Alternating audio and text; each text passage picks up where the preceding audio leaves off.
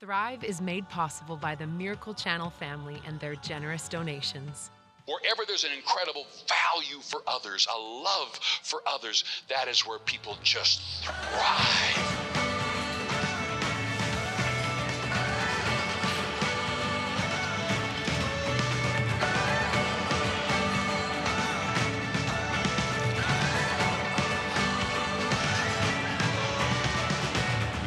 Well, good morning, Thrivers. It is so good to finally be back with you. I've taken a number of weeks off, and other people have been holding down the fort. Pastor Jake and Mullen has done a whole slew of shows.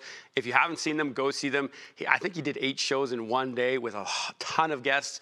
It was awesome. We heard a lot of response from it. I know you guys will enjoy it. But again, it is so good to be back here with you. For those who are maybe new, maybe who haven't know what Thrive is, haven't connected with us. Thrive is a live show we do 5 days a week where we want to get God's word out to you. We want to connect with you, but you'll notice the phone number here that's on your screen. That is not there for looks. It's not there for someone else. It's there for you. And I don't believe it's any accident that you've stumbled across this show, that you've bumped into the Miracle Channel, because honestly, I know that God is looking out for you. He's there for you. And if you would just reach out, you know, we operate and live in a faith that requires action, a faith that requires you to go and do something. And so I believe that if you pick up that phone and you call the number on your screen, if you're believing for something, if you're needing prayer, if you want to connect with us, if you want to become a donor of Miracle Channel, whatever it is you want to do, all of those things require you to take action. Because here at the Miracle Channel, we're going to go further. We're going to get the gospel out as best we can. I'm going to find the best teachers I can possibly get in front of you so that you can get the word, not just for your own consuming, but for the doing, for the work of the ministry. Today's show, I know you're going to enjoy. We got a friend here that I've actually just met, but I've met him through friends. I've seen his teachings. I've seen the way he teaches. And as soon as I heard him preach for the first time, I right away looked over at my wife and I was like, I like this guy. I was like, he's edgy, he's to the point, and he calls himself the blue collar pastor, I think is kind of one of the things he says. And so Corey Kope, welcome to Thrive. Yeah, thank you. Yeah. Thank you, Jeremy. Great to be here. Great to kind of get into the circle a little bit. Yeah. Our mutual friend Jacob and some of the other guys were. For sure. He's been wanting me to get to know you guys a little bit, and so you guys are doing a great work. So. Thank you. For those who are at home, I want you to get to know him absolutely. But before we do that, I want to ask you, Corey. Yeah. You come from a pastor's home. You're a PK. Yes, I am, and I love Jesus. Yeah, see, that's a distinguishing difference. Most PKs don't. Yeah. And why do you preach? What is it that gets you fired up about preaching? And then I want to get into some of the details of your family and your church, but why do you preach? Yeah, So I grew up in a pastor's home. My dad wanted me to be a working man. Really? So he always said that. He said, my dad always said to me, he came out of business, and he said, you'll never connect with a working man till you're a working man. Whoa. So that was the path of God for me. So I worked in the trades world, in a world that was like far from God. Yeah, for sure. The guys and gals, they're, great people, hard-hitting people, but far from God. Wow. The last thing. And year after year, just driving through the cities and working around people, I finally realized, like, I'm not sure that there's a church that this person would go to that would make any sort of sense to them. Yeah, you're right. And so, and it bothered me. It just kind of sat inside of me and bothered me more and more and more, to the point where I felt like I had to leave the building industry. I was a master electrician and ran crews and projects and money and all the things and customers. And I just got to the place finally where I'm like, if we could engage Canadian society emotionally with Christ, if we could get them right here, then we'd be onto something. Yeah. And so that was really my goal. I'm like, I don't know at the time, like there was probably churches for people, but not a lot. Yeah, no, and so we didn't know a lot. And so, so that was one of those things that really kind of drove me out of there. Thank God for the background I had in that, but really what we do at Venue really well is connect people who are far from God. Yeah, so I love it. I grew up in a church, and I have to be kind of careful because I'm not trying to bash the church that I grew up in, but it was not a church that, like you said, where I felt comfortable to even invite anyone to. Like, it's just like there's some of the services we're doing. I remember as a little boy, I'm sitting in the thing going, this is crazy. Like, I was like, and I remember kind of struggling. I said I wasn't going to insult them, and I just called them crazy. Yeah. But I remember struggling with the Jesus I was reading about versus the church that I was in. And I just remember, and I didn't grow up in Springs or anything. I grew up in a different church, and I'm not saying they're totally doing it wrong. What I was saying was it just wasn't necessarily appealing to the crowd that you're kind of alluding to. And so one of the things that Leon used to say all the time, and now it's kind of it's kind of a catchy thing. It wasn't just Leon, but now it's kind of catchy. It's kind of a fad word now. But the principle is still there, is that, like, I often talk to people on the streets as much as I can. In fact, they're probably the realest people you'll ever bump into. I love They are horrifyingly real and honest. Yes, which I love. It's refreshing. Yeah. It is refreshing. But something I always say to them is that, and they'll almost always say it first, is I don't believe in organized religion. And I'll say, me too, man. It's one of the worst things that ever happened in the world. Yeah. And they're like, you just said you're a pastor, though. I'm like, yeah, no, I hate the organization we put to it. But we do a service, yes. But my goal is not to do the service. My goal is to get you fired up about the gospel, so that you just go do it and live it. Like, it's, and so you're very, very right. There's not many churches, I think, that have separated the organized religion from the person Jesus. It's the temptation to control our religion, which is very dangerous when Jesus thinks that it's his. You know. Yeah. I heard a pastor say to me one time. He said to a group of people, I shouldn't say to me, but to a group of people, he said, every church naturally turns inward. It's your job to get it back out. Wow. And so I find myself constantly reminding myself of where I came from, the sin, the pain, the lostness, the need for forgiveness. And I'm like, you know, that to me, if you can keep that in front of church people, you can keep a pure church whose heart is for the mission of Christ. And like, don't ever forget where you came from. It's not, you know. I just saw a church, I won't name names, but it feels like it's always in the news, but I just saw a church that has been like accused of like overworking people, starving people, holding people against their will, and then the guy who's running the whole thing has this massive mansion, and not a mansion's the wrong word, castle, and all these things, and I was looking at that going, this is the worst thing that can happen to the church, when these types of people take advantage, fill their own pockets, but then I just began to think about the individual who's being accused of that. I'm going, how does he get there? And it's very close to what you just said, where it's like, don't ever forget where you've come from, what you're here to do, and like I constantly wrestle. Like, it's such a dichotomy, I find, where when we get the Word of God, it's to change our identity. We view it through the lens of who God says we are, who He meant us to be. And I think it's one of the greatest exercises I've ever done, is to try to strip away who's Jeremy. Like, who is it? Am I a dad? Well, that's one of the things I do. Is it who I am? Yeah.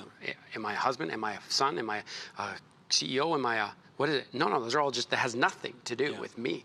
And so when you strip it away, but sometimes people get lost, especially in the religious world and in the church, where they forget where they've come from. They forget who they are. And I think that's why when you see Jesus, he's quite a tough man. Like a very tough man. Like in one of my messages once, I was like, anyone here ever flipped a table before?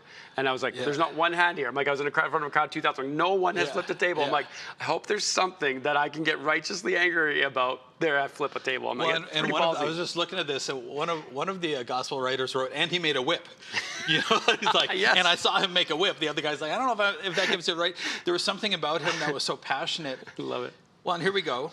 With the business people in the church making sacrifice difficult for the people, rather than the business people in the church leveraging their contacts, leveraging their resource to bring people to heaven. He's like, you guys got this totally upside down. How are you profiting on the people when you should be paying for more people? You know, like there's this passionate thing about Jesus that, you know, something happened to me in the trades world, and this is what I carry with me all the time. Is that I was, as a pastor's son, I grew up in church. I grew up knowing Jesus. Like, what a privilege. Yeah, of course. Wasn't without sin, wasn't without fault, but I was working with a guy named Kelly, and I remember being just plagued with the thought of, like, why is he so hard against God? Why is he so hard against church? He's never even been to a church. And God said to me, he said, if you had his dad, you'd not think like him. You would be him. Wow. And I realized in that moment, but for the grace of God in my life, that I was fortunate enough to have an opportunity with a dad who preached Jesus to me and a mom who loved Christ, and the church that I grew up in. Wow. I realized, like, I would be him. And it in that moment it clicked. It's no longer us and them, it's us. Yeah. And I thought we could actually do a church that's us. For the 20-minute church person and the 20-year church person sitting beside each other, we don't have to pick one. Yeah. In fact, but we do have to live in the tension of the middle of how do I challenge each of these equally, so that when they leave here, their feelings are both hurt and they still have something to do. It's that high challenge, but the common ground is we're not done changing yet. we have people to reach, rather than the person who's like, here I am, I've made it. You know, like the Pharisees, Yes. they were teaching, actually, at one point they started teaching like, I've been there. we're so good that we can't even possibly sin anymore. And Jesus, you know, it's horrifying that these are Which the is professional pride, Christians. sin. Of course, it's ridiculous. And so anyways, that to me always, it's never the person who's coming in, it's never us and them. I'm like, no, I would be him. So that's how I preach to him as well. But also on the other side of that too, that person far from God does not want you to how do I say this, soften hard things for them either. They're hungry for something that's true and real. And it's interesting you say that. Literally this morning, I was talking with my mom, and it was early in the morning. I'm prepping, reading, thinking of just about today's interviews and talking about this. And I was listening to Andrew Womack. Do you ever listen to Andrew Womack? And so I was listening to some of his Andrew Womack message yesterday, and one of the things he was talking about was he was talking about the greatest form of love is truth. And now the Bible teaches us to speak truth in love. Most people just speak truth and they don't have any love in it. And so there's the duality there. But he was talking about the whole transgenderism and the thing that we're dealing with, of where he was like, I get accused all the time. This is Andrew Womack talking. He goes, I get accused all the time that I'm not loving these people. And he goes, I am. I really am. And he goes, I'm telling you that you're missing the mark. And the greatest form of love is for me to tell you the truth, to get you right on track. The same way as a father correcting his son or his child is to do it in love, to show them the right way. But it doesn't just stop there. That goes for everyone. It's not just the transgender or the homosexual but I was like, we're all falling short. Like there's not one. And so the greatest form of love is to speak truth in love and to correct and coach and do that. It's exactly what we need to do. I think we have a funny message now, and this is what's passing for logic now, which is also horrifying to me, that, and everybody's just on a search for happiness. So the other side of that, too, is what I would say is like, I don't get angry when people are angry because they're not happy. Yeah. They're just trying to find happiness, but when happiness is the goal of the individual, yes. It is only a byproduct. It was only ever a byproduct of connection with God and people, which is our job, you know. I love that. But when that is your goal, it's really a false goal. You'll never be able to get there by yourself. And so all people are doing is casting about, trying to find happiness. And then the message has turned into this love is love, which doesn't even make any sense. My mug is the mug. Like Exactly. It used to be God is love, though, personified in Christ. But what we've done is we've changed the word love to the word acceptance, as if they're the same thing. Totally. Now, if I have a 2-year-old who is a little Hitler, you know what I mean, in the grocery store, and I see him all the time now, and I'm like, oh, I'm just accepting them, and I'm like, you are accepting the worst part of them. Yes. You're not calling them out into their destiny. It's just bad parenting. Yeah. You know, and so what we've done now with people is like, it's not enough for you cannot possibly love me unconditionally and disagree with me at the same time. Yes. That cannot be done. And I'm thinking, you do it in business all the time. You do it in the home. You do it everywhere that you go. Yeah. But yet, it becomes this thing where it's like, you have to unconditionally accept everything inside of me. Even when I'm not happy, you have to accept it and tell me now that it's truth. And I'm like, well, here's the thing about the truth. Like, you don't own that. I don't own that. Exactly. It's like gravity. Like, it is. It's a principle that confronts. You can fly or fall. Like, it's kind of up to you. You can make cookies. You can burn yourself. But there's this attitude of that. And so what I find happening is unconditional acceptance actually becomes hate in the end. Because the most intolerant community in the world is the person who is preaching tolerance for you. It's like, you have to tolerate all of my things, not just tolerate, accept and tell me that I'm right. One-way road, yeah. But then I'm like, okay, so do that the other way around. Exactly. Like, that would be logic about 20 years ago, right? Like, 2 + 2 is 4. Yeah. But now it's like, well, hold on, no, you have to tolerate everything in me, but I am horribly intolerant of your views, which disagree with mine. Yep. And it's just the cheap way of trying to get people to like you and trying to scratch that itch of acceptance. Yeah. But really down inside, a child doesn't, you want to be unconditionally loved, but when my father said, well done, he actually had to do something. You had to do something well. Guys, or it doesn't mean anything, I love it. So good. Oh, yeah, I said that I'd introduce you, and I want to keep going. But but this is exactly what I wanted. I wanted this because I want you guys to know who we're talking to and why he's here. I'm very careful with who we bring in here. And not careful enough. No, but like it's okay. You are a pastor. I have it here. I have a venue church up in Airdrie. So Airdrie is very, very close to Calgary. Pretty soon, someday, I imagine they might be the same city. They're bumping into each other. You've got 4 girls, and you're married to your wife, Erin. Yeah. And you have a 19-year-old. Is that correct? How old's your oldest? My oldest is 20. 20. 20. Come no, on. 20. You're too young. You look too 3. young. Come on. 20. 23? Wow. Where's my wife when I need her? You know what? Here's the thing about That's birthdays. amazing. It just keeps changing, and all of them keep changing. And then you got to remember And how it's much not. changes. Is it fair? It's not fair. So my youngest girl, Neela's in grade 11, and she just got her license. Wow. So Of 4 Airdrie girls. pedestrians. So Get your youngest prayer of lives 4 up. is my grade youngest 11. of 4. Wow. Yeah, my oldest 2. My oldest one is on staff with me, and my second one is coming on staff with me. cool. That they want to like work at the church is amazing to it me. Speaks a lot of volumes. Like, you want to work with your dad? I don't know. You could probably do better, but. And so which is pretty cool because the legacy's kind of continued. So your dad, which is wild, your dad didn't do that same style with you, but you've now been able to get into church, have them fall in love with it too, which, like you said, as a PK, that's a rarity in the world where most PKs don't want to be with their parents. It helped me because we started Venue 8 years ago, and it helped me filter, you know, how we should do youth group. Not that I go to youth group, but how do we, what's the purpose of all these things? And so for me, you know, we had a lot of theories in the early days. Some of them worked out. Most of them worked out pretty well, but my attitude was always like, if my own kids don't want to go, then what are we doing? So there has to be an element of fun and challenge. I think without those two things, it would just be our style. Other guys are more pastoral. I always say my wife is the pastor of Venue Church. I'm the guy who says horrible things that need to be deleted online. Buttoned up later. No, I know you mean. My wife is the pastoral one. She's the therapist. She'll teach you how to walk again. That's so funny. So to me, I'm more like the surgeon of like, well, let's cut that out. I'm very similar. Yeah, that I don't way. want that. Like, let's cut that out. I'm very I kind of struggle with. And this is a weird thing to say the word struggle with, but I'm so transparent that I overspeak sometimes and I share way too many details, but also at the same time too, I wouldn't really have it any other way because I like being as real as I can. And probably the biggest compliment I get is authentic, where I'm like, of course, that shouldn't be a compliment. That should be normal. Well, in Canadian society, what we've done in a child like that is we've really stepped on that quite early. Yeah. We want people to get along above all things rather than achieve. Yeah. Which helps everybody, brings everybody up too. You know, how old are you? 37. 37. Oh yeah, you're old enough to be not dumb. I'm turning 50 here in No, you're a week. not. I am, For real? 100%, yeah. Come on. I know. You're good. Getting old. Well, thank you. So deflated.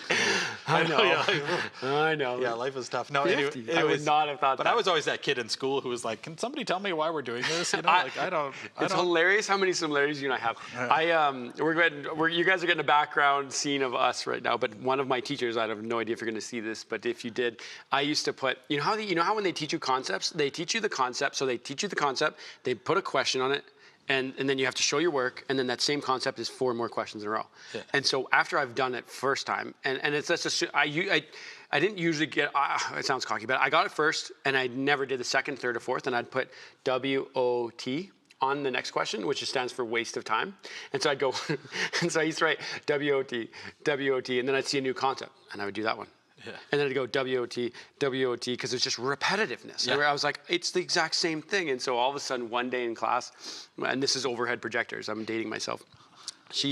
We start class and it's pre-calculus math or applied math, and she turns on the overhead projector. And she goes, "So students, I'm here to talk to you today about how I'm wasting your time."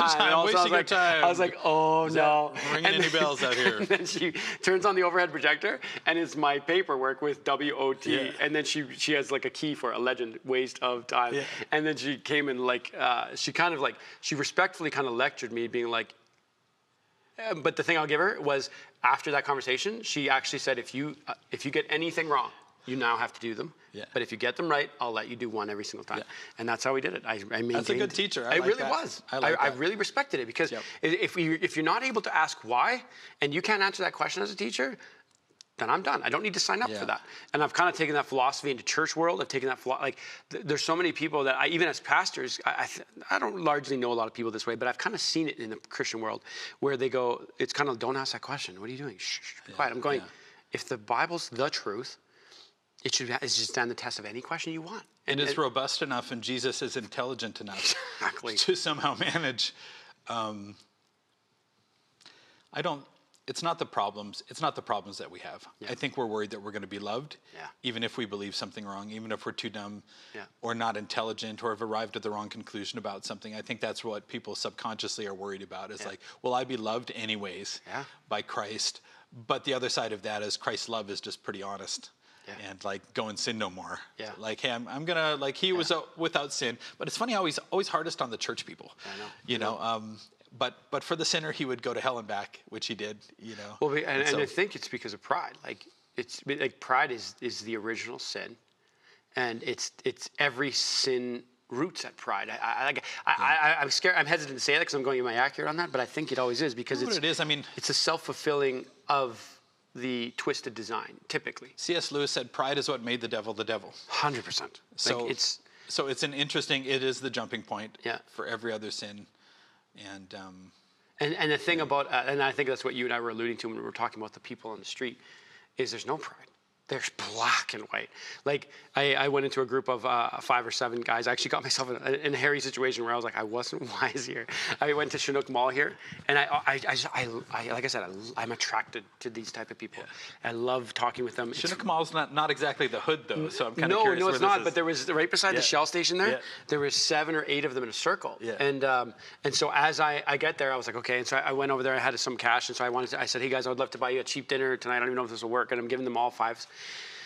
And then they were like, thank you. And all of a sudden, before I know it, there's 8 or 9 around me. And I have my back with 3 guys. I'm like, I put myself in it. I was like, I don't know who these guys are. What have I done? I'm completely surrounded. And because they were coming for the cash. And so I give them the cash. And it was just one of these coolest conversations. But they were one of these guys were so floored. He literally said to me, he goes, this is the most love I've received in 3 years of being on the streets. Why are you doing this?